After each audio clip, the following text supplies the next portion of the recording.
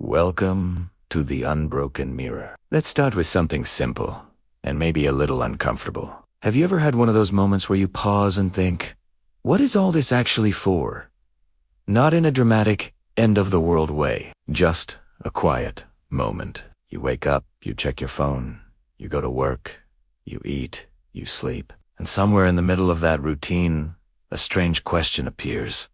Why am I doing this? That question, that tension, sits right at the heart of Albert Camus' philosophy. Camus wasn't interested in abstract metaphysics or complicated systems that explain everything. He was interested in something far more personal and far more unsettling, the feeling that life asks us to live, but never explains itself. Albert Camus was born in 1913 in French Algeria, grew up in poverty, lost his father in World War I, and lived through some of the darkest moments of the 20th century. War, occupation, violence, political extremism.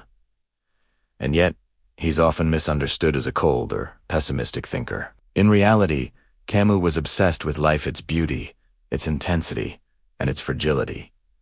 But he was also brutally honest. Camus begins with what he calls the absurd. The absurd is not the world itself, and it's not just human despair. It's what happens when two things collide. On one side, you have the human desire for meaning. We want answers. We want purpose. We want to believe that suffering fits into some larger story. On the other side, you have a universe that remains silent. No explanations, no guarantees, no cosmic instruction manual. The absurd is born in that clash. Camus famously says that the most important philosophical question is whether life is worth living.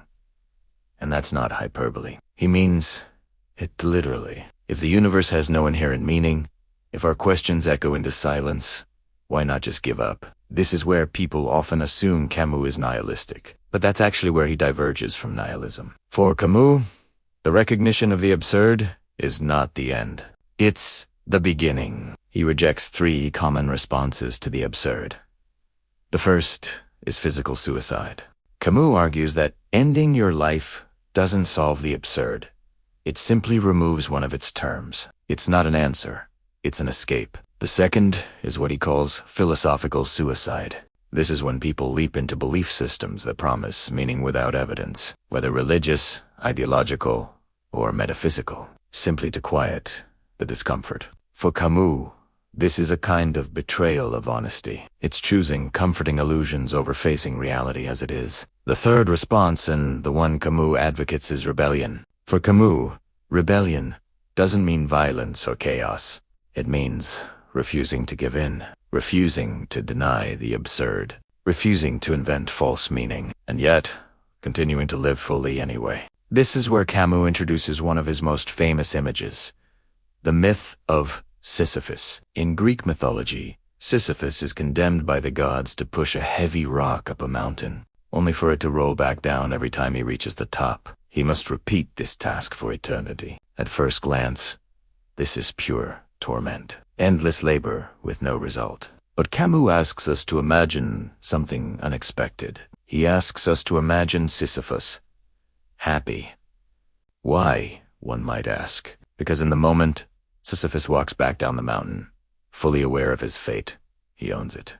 The gods can control the rock and the mountain, but they cannot control his inner freedom. His awareness becomes his victory. Camus writes that the struggle itself toward the heights is enough to fill a man's heart. This is one of the most radical ideas in modern philosophy. Camus isn't saying life secretly has meaning. He's saying life doesn't need meaning to be lived intensely, passionately, and honestly. Absurdism is not about despair. It's about lucidity. It is about waking up to the fact that there may be no ultimate justification for your suffering and choosing to live anyway.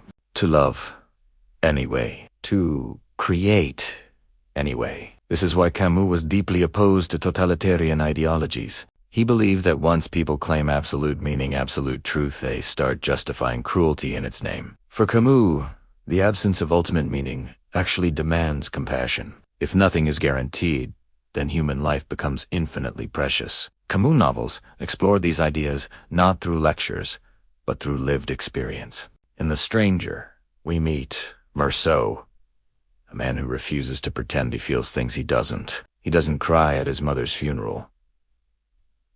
He doesn't lie to make others comfortable, and society condemns him not for his crime, but for his honesty. In the plague, Camus shifts perspective. Faced with meaningless suffering, his characters don't search for cosmic explanations. They simply help each other. They fight the plague not because they'll win, but because people are dying. That's Camus' ethics in action. Decency without illusions.